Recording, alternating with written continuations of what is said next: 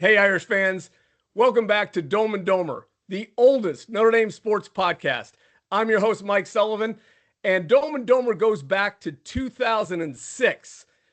And today we're celebrating our 20th anniversary with a special show looking back at several things related to Notre Dame football over the last 20 years. Joining me as always, Mike Brammer. Bram, for 20 years, you've been the consistent thread in Dome and Domer. You haven't missed any of it. How come? Why have you been doing it for so long? Thanks for keeping it going, by the way. It's crazy that a simple question of, hey, do you know how to create an MP3 would lead to 20 years of doing this. I just thought I was going to be the tech guy behind the scenes, but here we are. So, yeah, stranger things have happened, but yeah, here we are 20 years later. So my brother Ed Sullivan and I, who's joining us today, his first appearance in about 17 years on Dome and Domer, we started the podcast in the 2006 season. And Ed, it's great to have you back on the show. I don't know if you remember this or not, but I want to say it was the excitement from the 2006 Notre Dame-Michigan State game that prompted us to do something in this space and create a podcast because, of course, we love always bantering and talking about Notre Dame football. And that 2006 game up in East Lansing, Brady Quinn leads this great comeback in the rain and crappy weather. And John L. Smith, the Michigan State coach, nearly lost his mind with the way they blew that game. And if you recall, like he slaps himself in the post-game press conference and just lost his composure, to say the least. But it was that game, I think, that led us to start this podcast. But regardless, Ed, the original Domer of Dome and Domer, it's great to have you back on the show. Thank you. And I definitely remember that game. And just recently, there was an Instagram post that popped up. It's somebody with a Notre Dame football account. And they ran a clip of the various big plays for the comeback. And the sideline picture of Michigan State's coach, well, I felt sorry for the guy. He just looked like he was completely confused and devastated. And I think that we wanted to keep talking about it, and nobody else in our family or our friends or our neighborhood wanted to listen to us anymore. So we said, well, let's do a podcast. I think that's how it started at my kitchen table. And then we quickly realized, I'm not sure we know what we're doing. Your daughter at the time, 17-year-old daughter, Katie, was our executive producer. And then we called up Brammer because he was in the software business and we figured he knew what he was doing. And so many times we've been proven wrong on that Bram knows what he's doing. But here we are reunited again, and it's great. Now, what we're going to do in this 20th anniversary show is look back at the Dome and Domer era. And Ed, you've been a practicing attorney, accomplished guy in your profession for 35 years. And I thought we would start this show by talking about the changes to the industry of college football. When we started this show 20 years ago, a Notre Dame player could not get paid for their name, image, or likeness, or share in the revenue generated by the university. Of course, we know that's where we are today. But, how did we get there, and where do you think it's going? So from a legal framework, like, what is going on? What's happening? How long is this podcast? I tell you what, the single most significant, important, all-encompassing guiding principle of the NCAA and college football was amateurism. And that's gone. It's dead. We now have a kind of regulated compensation. And whatever we have now is just in flux. It's moving, and it's going to be something else. It'd be interesting to try and get out ahead of it, and know exactly where it's going to go. But there's the House settlement. There's the questions of are athletes employees. There's questions about tampering with other schools, people who are under contract. There's questions about enforceability of contracts. It's going to have to come back the other way. Can schools enforce the contract against the athlete? Another huge issue that's sitting out there is Title IX.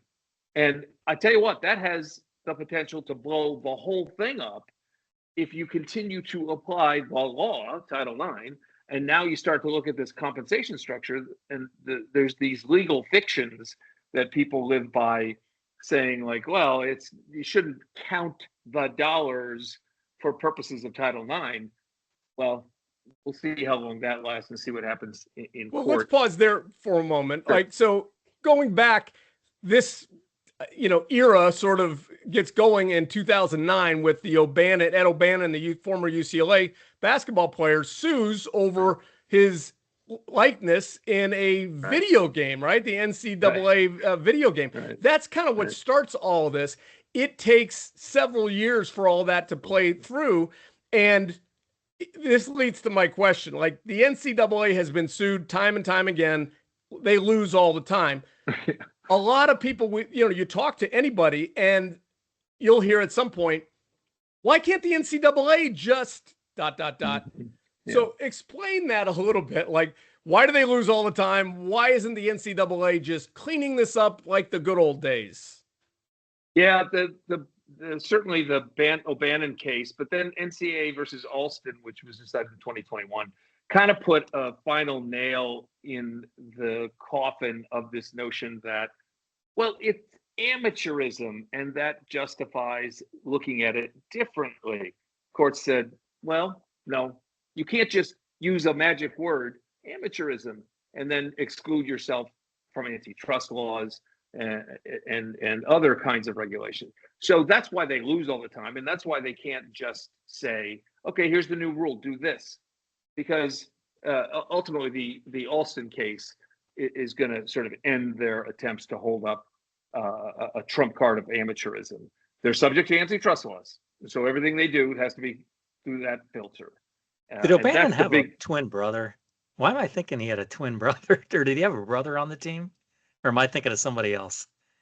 Well, there was I did not. Set of UCLA brothers later. I think but maybe that's O'Bannon. What you're thinking of. Yeah, I was thinking to myself, well, how could he sue? What about his brother? He's got the same name, image, and likeness, but it must be a different. Yeah, his twin lost the lawsuit. Strangely enough, his twin lost. But so Ed, are college athletes employees, and where does that question stand currently in the courts? There's a case that is still being litigated. It went to I think it was the Third Circuit Court of Appeals, and nobody cares who's listening to this. Sorry. What circuit Court of Appeals it went to? Yeah, good point. Here's the reason that's significant.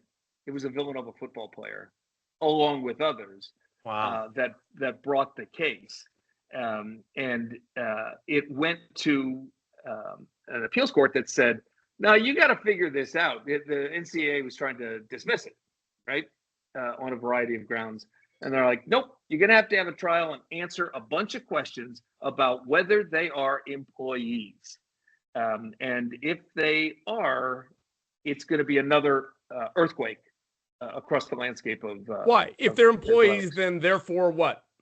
Well, if they're employees, there are wage and hour protections, there are worker compensation protections, there's discrimination protections, there's taxable income.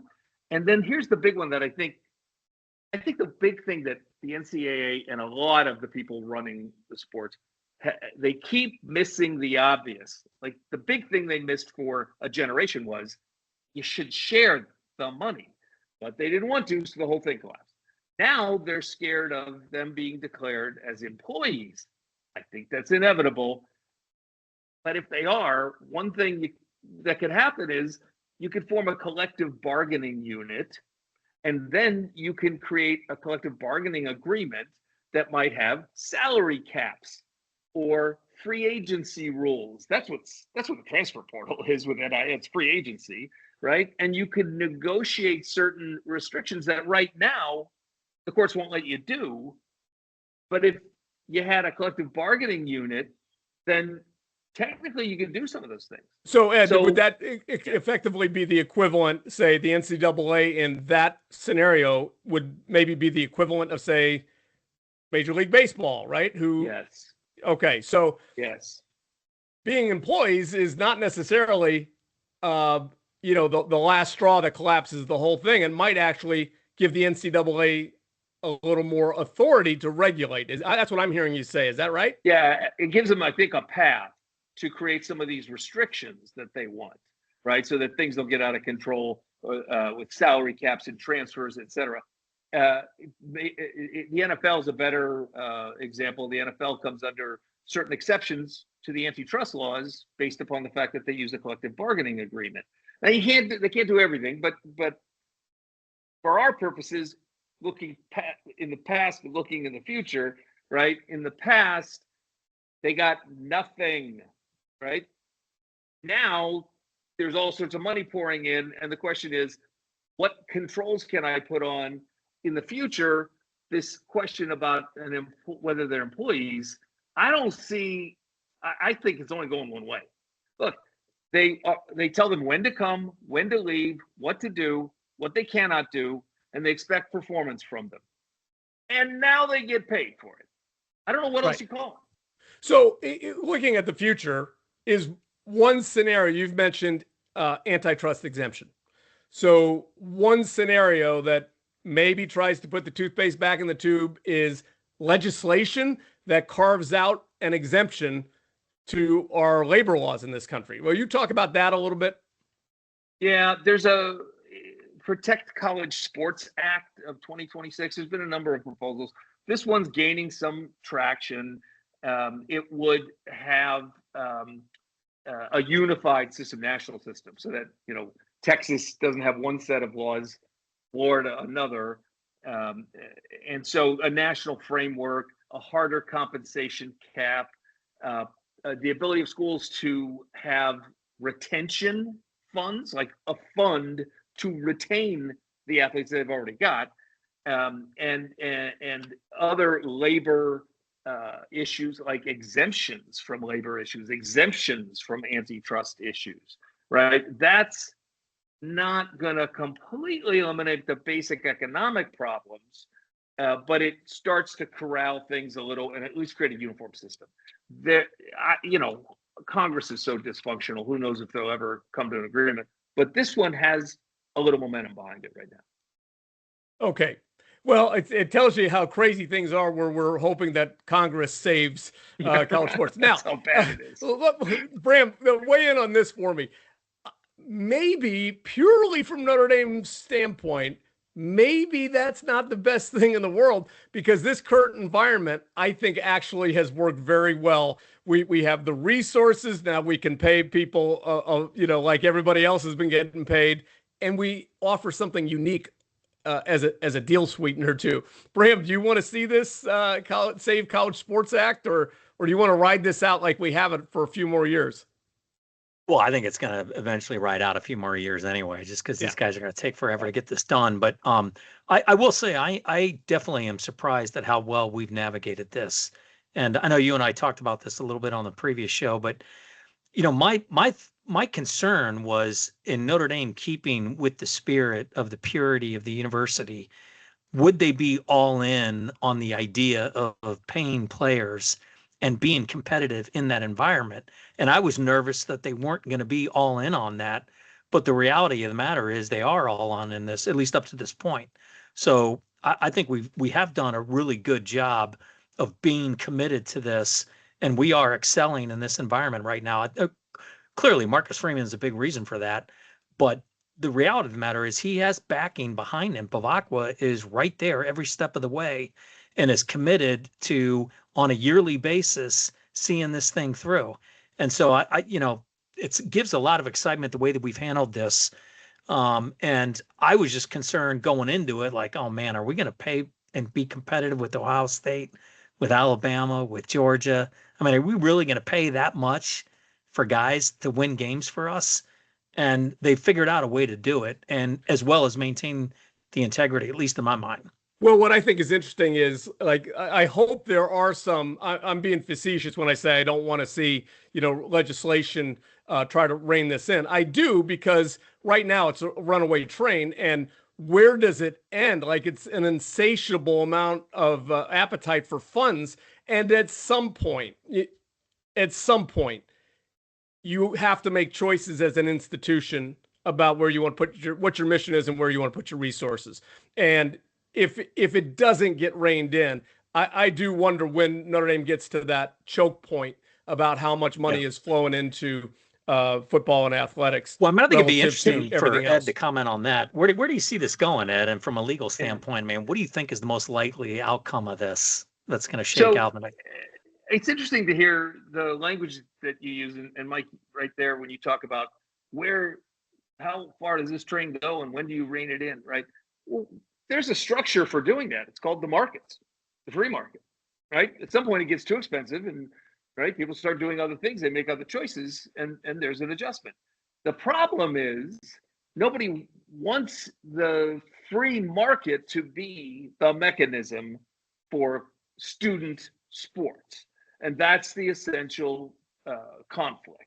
I think they absolutely are eventually going to have some kinds of exemptions to the antitrust laws, to the labor laws, and how they do that. It's going to be fought about for a number of years.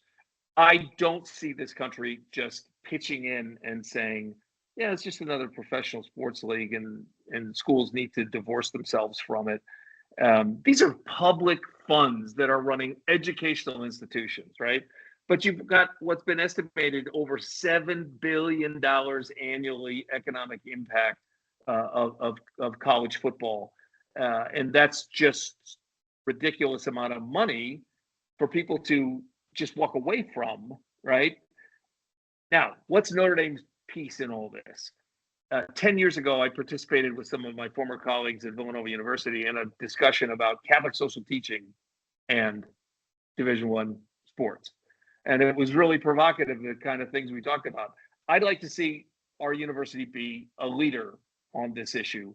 There's a way to do it that could empower and take care of these young men and women who are creating the product. They create the product, their bodies get broken creating the product. There's got to be some way they can participate and have a voice. Okay, there's so much to unpack there. Ed, when I walked away from Dome and Domer in 2009 to go work at the university, you left at that point too. Bram kept it going all these years. We're going to bring back some of the other guys who have kept it going, including Mike Coffey from ND Nation. Sure, Ed, on that, by the way, if I remember this correctly, now you tell me if I'm wrong, Ed, but when you decided to walk away, your brother and I tried to convince you to come back, and it was prophetic what you said. You said, and our pitch to you was, Ed, just stay with us until we win a national championship. And you said, fellas, I'm sorry, but I don't have 20 years in me. Can't do it. Like most of Bramber's memories, that probably is not true, but it's a good story. All right, we're going to leave it there. Eddie, thanks for joining us, Ed. We're going to move on to the next segment and talk about the institution's support for football and how that's changed over the last 20 years. So, right, Ed, we'll have you back on Dome and Domer later this year, I'm sure. Yeah. Okay. See you, Eddie. Okay, now we're going to bring our focus in a little bit and look back over the last 20 years at how the institutional support for the football program has evolved, right? So the way Notre Dame as an institution is now supporting the football team, it looks a lot different today than it did in 2006. And so joining us to talk through all that, a guy that has been on Dome and Domer almost as long as Bram you have, Mike Coffey from ND Nation. Mike, always great to have you on the show. And, you started probably around 2007 or 2008, if I recall, in doing the show with, again, my brother Ed Sullivan with Bram. And we can't thank you enough for always bringing your perspective, a different fan's perspective on Notre Dame football. So maybe the crankier fans' perspective, perhaps. It's good to have balance in it, right? Sure. Representing sort of, you get to have your finger on the pulse of broadly, right? ND Nation, your website. Sure. What year did you guys start that? About 2002 or so? We started out as ndhoops.com in '99, and then we expanded out when our buddy Mike Frank, who worked for the original Rivals, that collapsed. He needed a place to go. So that's when ND Nation started. And then when he went off to do Irish Sports Daily, that's when we've just kind of kept it going. Well, we always appreciate hearing that perspective that you bring from the broader sort of Notre Dame family. And when you look at, the conversation and the narrative around Notre Dame has always ebbed and flowed a little bit. Like, oh, we're not relevant, or Notre Dame doesn't care. The institution doesn't care about winning a national championship. And when you think about 2006 to today, how would you characterize these last 20 years relative to institutional support? Well, if I'm starting at 2006, I won't necessarily say that Notre Dame didn't want to win a national championship, particularly in football. I think they wanted to. I just didn't think they were very competent at doing it. The problem was I don't think they were evaluating the right things. I think they were allowing maybe extraneous things from, because I mean, if we go back slightly before that, we go back to the Monk Malloy era, and I'm sure all three of us remember the whole Rick Majerus collapse, and something that one of my cousins was a dear friend of Coach Majerus, and he was calling me up until the day before saying, Mike, this is a done deal. They're going to do this. Then all of a sudden, Monk Malloy reads an excerpt from a book and a David Haw article, and it all goes away.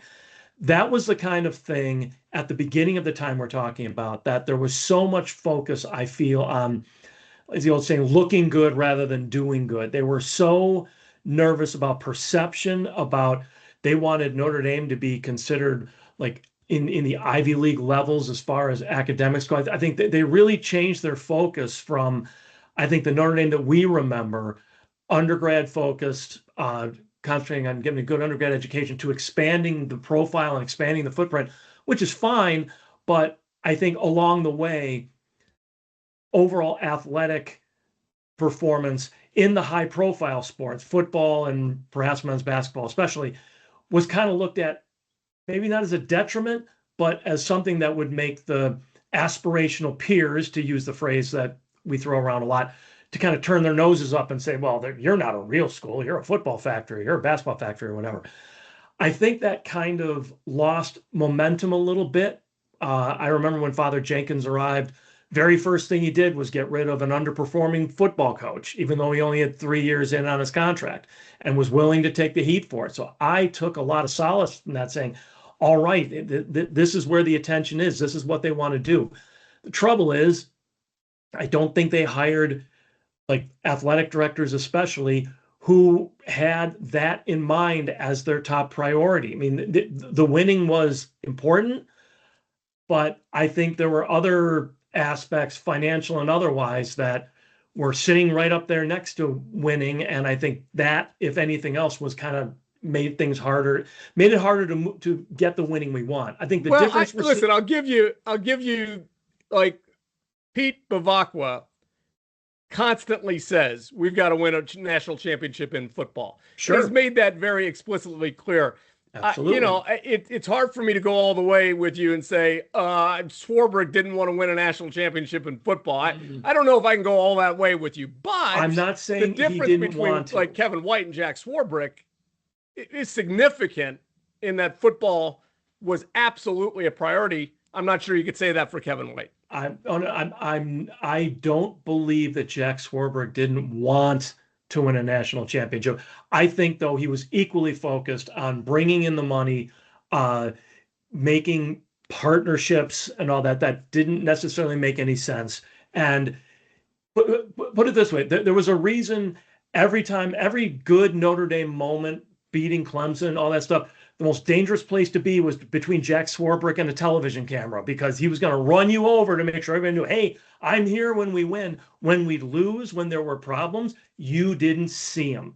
I think the only thing that Jack Swarbrick did, well, among the very limited number of things that Jack Swarbrick did in his career that I was very much in favor of, was standing by Manti Te'o when all that nonsense was going on. And he could have easily cut bait, but he chose to stand by him. And I think that helped Te'o in his limited NFL career, but also that he's involved with the school now, with the program now. Yeah, you got to give Swarbrick a lot of credit for building up the other programs in Notre Dame. I mean, that under his tenure, we took significant strides in a lot of the other sports.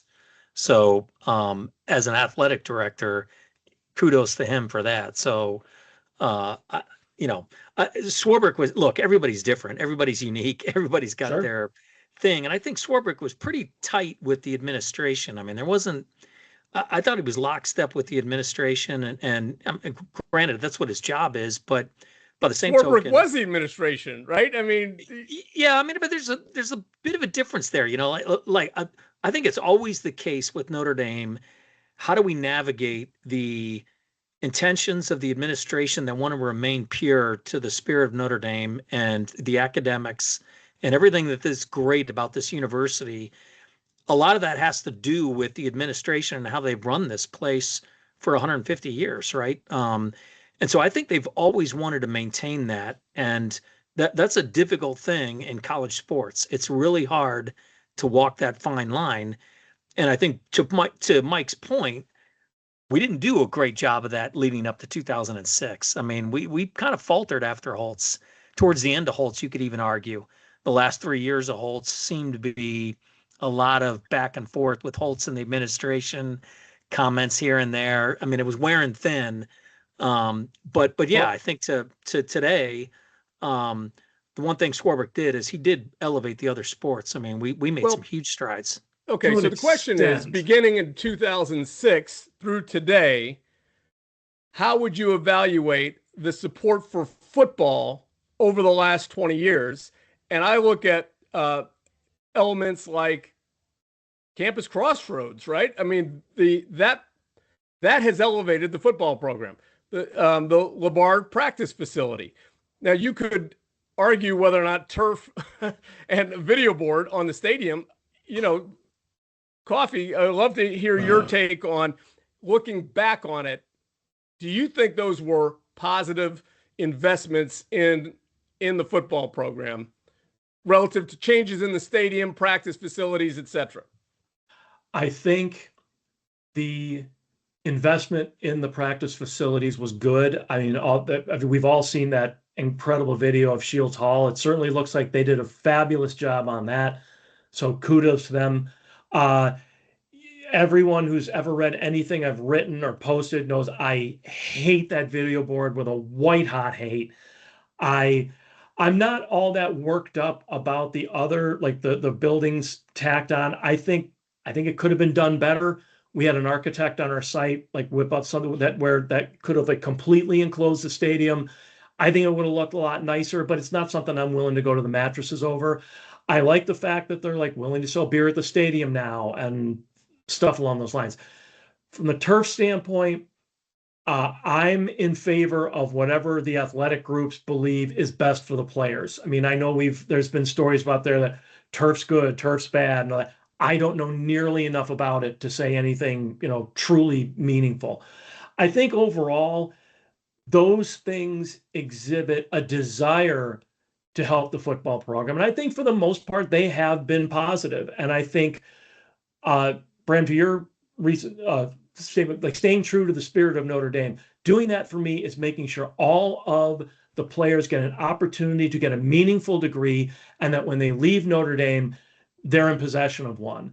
And I actually think there's been a lot of good advancements in that area too. Like the summer programs are much, much more organized. I mean, I remember back when we were there, players were taking 4, maybe even 4.5 years to graduate because they didn't have the organized summer classes. They didn't really have the focus on, here's the curriculum. We're going to be helping you guys out. We're going to be keeping an eye on things. You've got guys getting their undergraduate degrees legitimately in 3 years, which I think is fantastic because Mike, it's just the to degree that's the elaborate most on important that. thing. Mike, just to elaborate on that, I think one of the changes you can point to in terms of institutional support is the academic support for the students has really, really been enhanced over these last 20 years. So you mentioned summer programs. How about the ability for student athletes to study abroad in the summer, or at least have an international experience? That's new. The Absolutely. infrastructure around the student athlete, and again, we're talking primarily football, with analytics, with wellness, nutrition, all those things are huge, huge investments. And a lot of that, just the creation of athletic endowments, that's something that's happened over the last 20 years, which creates funding on an ongoing basis, right? So we've traded off some of the things, Bram, to your point about being true to the spirit and having the Dick, I'm sorry, I'm going to draw a blank here on the, let's say the Murphy family basketball coach or the football coach being endowed. Do those things compromise the integrity or allow us to compete? I don't think they're really that. I don't think they compromise integrity. I think they're dopey. I'm trying to remember, someone on our site put a post up that was just an absolute brilliant takedown of the entire concept of endowing coaching positions, and like the Murphy family head coach of Notre Dame, which again, I don't see it as a compromise. I don't see it as a true negative. I just think it's kind of stupid. So that's how it again today. I mean, again, the cranky perspective. That's what it is. That's the value you bring. Hey, right? This is the get off my lawn section of the podcast. So, and I completely understand. That's how things are done now. And like the patch on the uniform that some people have been going crazy about. That's not, again, speaking of hills I'm not willing to die on. I think it was done tastefully. It's not like this big garish thing. And I think there's it's just kind of it's the way things are going now. So either compete or walk away. Are there other teams that have the patch? I'm not even paying attention to that. Ohio State has one. Okay. I think a lot of the Big 12.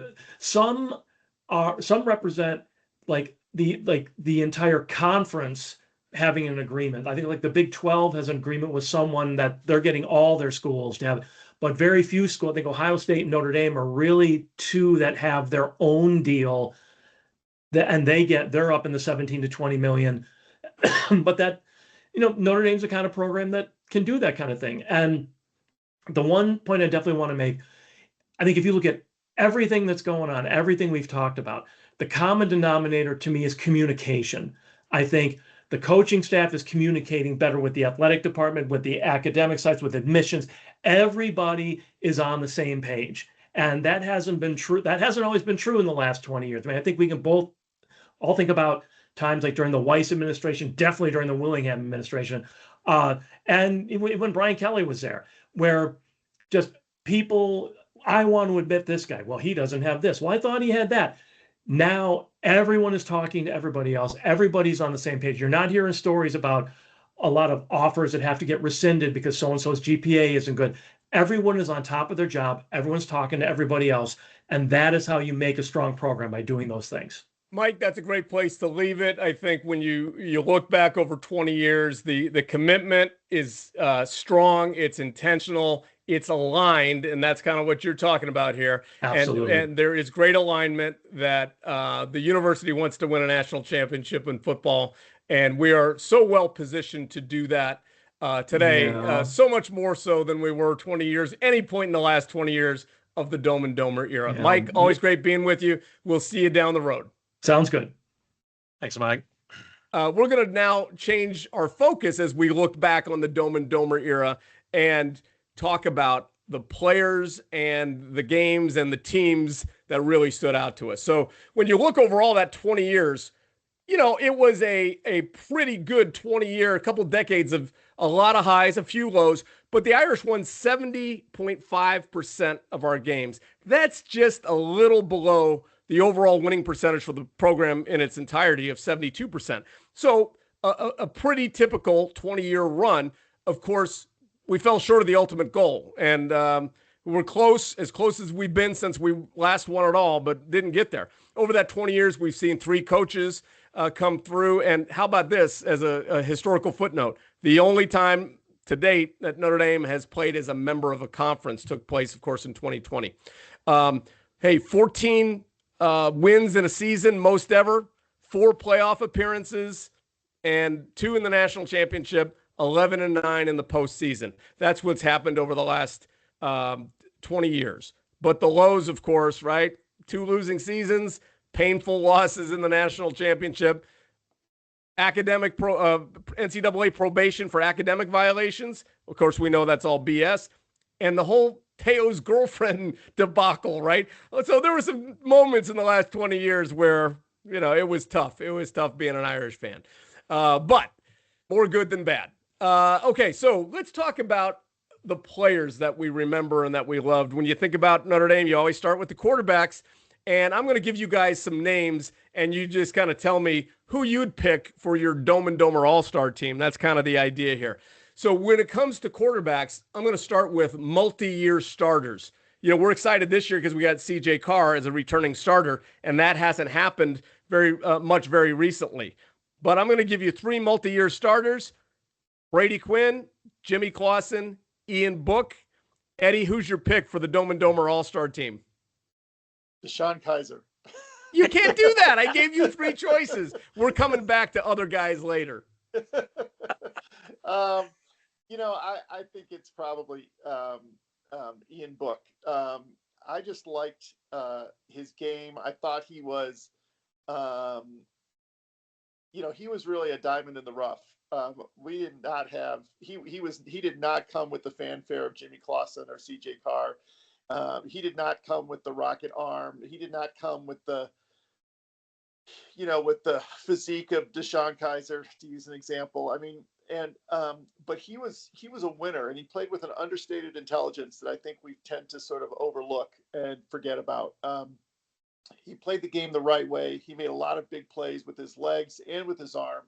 I thought he represented Notre Dame really well. And if I actually had to draw a comparison historically, he really kind of was a poor man's Joe Montana. Like, he had, similar physical traits, similar game. Obviously, it's we're talking about a Pro Football Hall of Famer and a Super Bowl champion, but I'm just talking about as far as Notre Dame history. And I would have gone with a comparison more like Tom Clements. Ian Book's my pick also, Ed. I mean, what he did with his feet as well as through the air. And I love a dual threat guy. And Ian Book was a tough runner and deceptive, had maybe deceptive speed. But ultimately for me, like, you can't argue with the 1-loss record. And that, right. That's the most important thing that stands out. Love Ian Book. He's my pick. Bram, when we were talking about this the other day, you surprised me a little bit with your pick, but why don't you go ahead? Yeah, no, look, anybody who shows up for their first practice in a limousine, I mean, that's somebody that's got some bravado. I got to go with Clausen on this one. But I just loved his gamemanship. I mean, man, he was accurate as hell. It was amazing how his release was quick.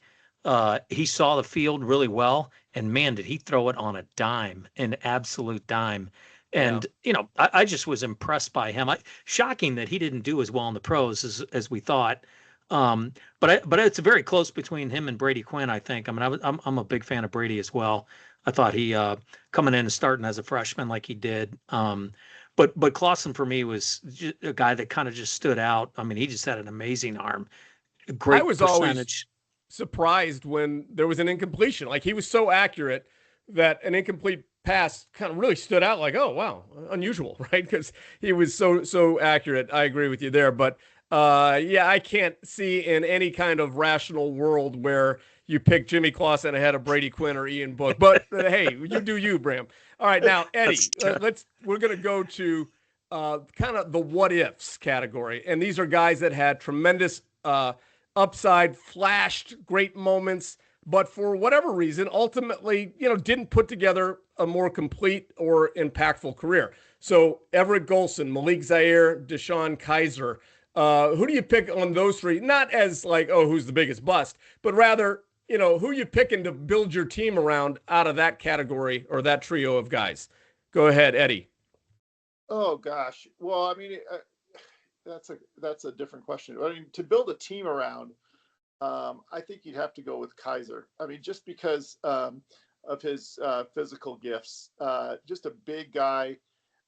He was able to extend plays with his legs. He was able to knock tacklers over to get a tough yard. and he had a big arm, and he turned out to be a lot tougher mentally, I think, than we expected. So I just like the way that he played. I actually thought that he was going to be a pretty decent pro quarterback. I did too. I really thought that he had what it took. Now, I think also, and this sort of he was an interesting cat. Like he had some personality. I'm not sure that actually playing football was the most important thing in his orbit, and maybe that impacted his lack of staying power in the pros. But I thought that I gave him credit for hanging in at Notre Dame when he was basically left on the scrap heap of quarterbacks, and he was ready when his opportunity came, and he sure was. Yeah, that Virginia game, right? Hitting Fuller to win the game, amazing. And I give him credit for like enduring through the 4-8 season in 2016. Yes. Like that couldn't have been fun for anybody. So Bram, who are you picking out of that group? If I'm building a team around, I think I'd go with Kaiser as well. I just think that that he just had all the attributes that you'd want. In terms of a little bit of a surprise, I was surprised by Everett Golson only because after his freshman year, I just thought, man, with the arm he's got and the wiggle that he's got, I just felt like he's a dangerous guy that can just bust it on the run. And as long as he gets comfortable back in the pocket, but for some reason, it almost kind of went downhill his sophomore year with being that comfort level. He just didn't seem like he was ever comfortable in the pocket. And to me, that was kind of the more shocking thing between those three players. But if I'm going to build around somebody, I think I agree with that. I'd probably go with Kaiser. I'll always wonder what would have happened to Everett Golson and just to Notre Dame in general if that offensive pass interference penalty against Florida State wasn't called. Amazing, no question. That was a fulcrum play that really sent him and the program really in a different direction that I think could have been very different if that if that isn't called. I really like the way that Everett played, but yeah, this is fun. Yeah. I loved Golson, and Brian Kelly described him as it was recess sometimes where Everett would just do his thing, and it was great. Ultimately, inability to protect the football sort of doomed his career a little bit. I'm with you. Kaiser is who I'd build around, but I loved Malik Zaire, and I thought the injury to him when he broke his ankle was very unfortunate for so many reasons, because he was playing at a really high level. He played great in the opener versus Texas, rallied us to a bowl win at the end of the season the previous year. I just thought the sky was the limit for him. And I'll go with that pick as well. Let's go to the other side of the ball here. And this is maybe a little tougher to evaluate, so just kind of react gut level.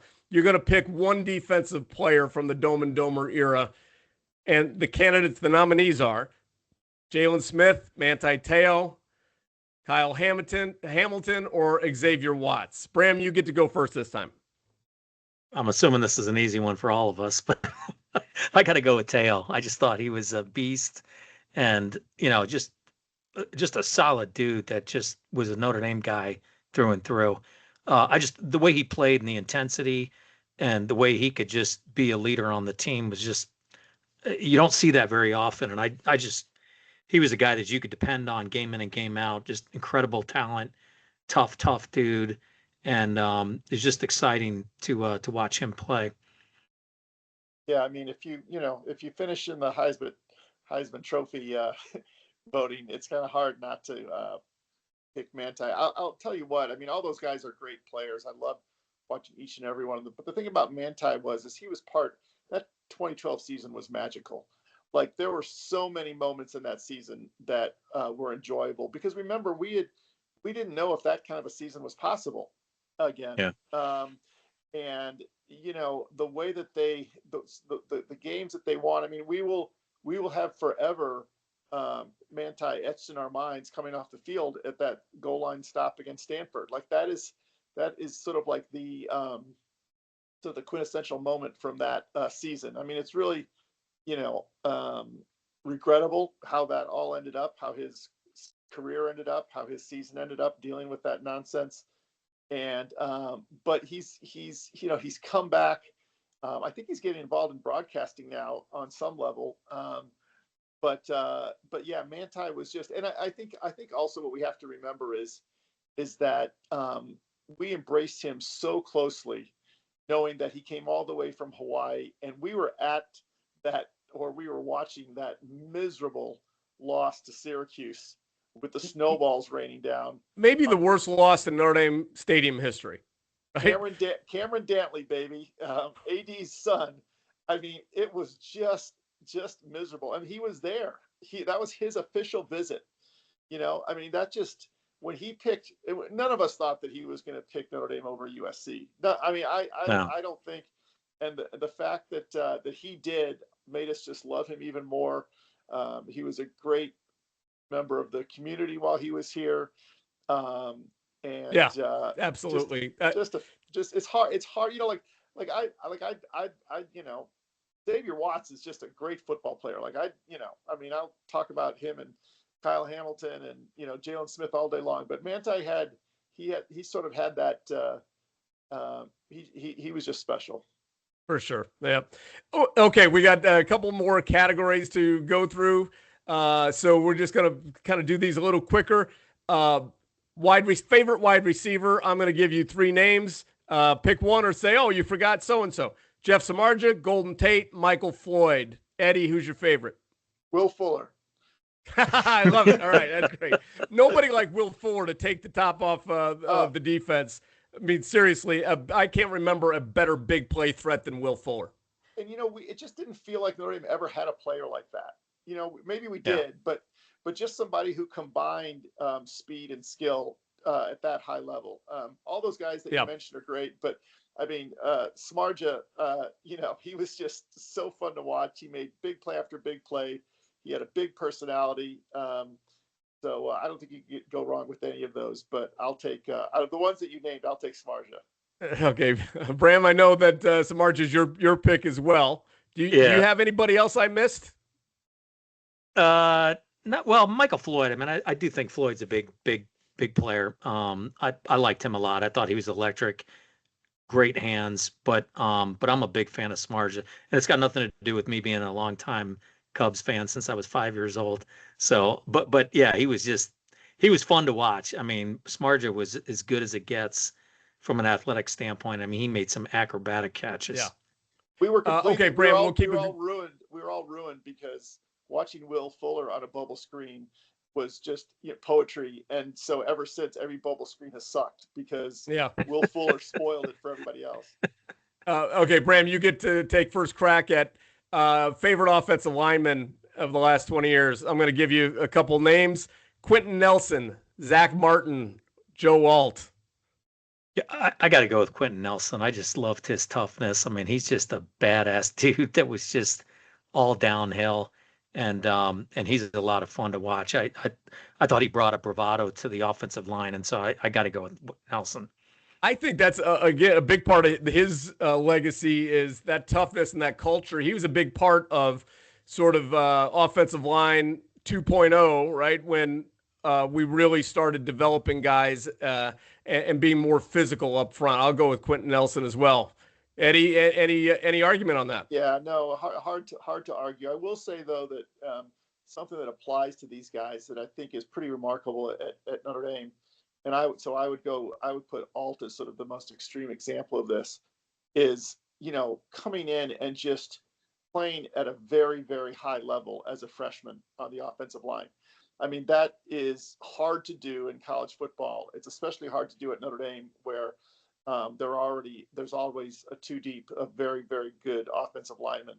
But the way that Alt stepped in, not a particularly, not nearly the size that he was by the time he got to his junior and senior year, and just handled himself really, really well. I think he was a freshman All-American. I think that's highly unusual, but it's hard to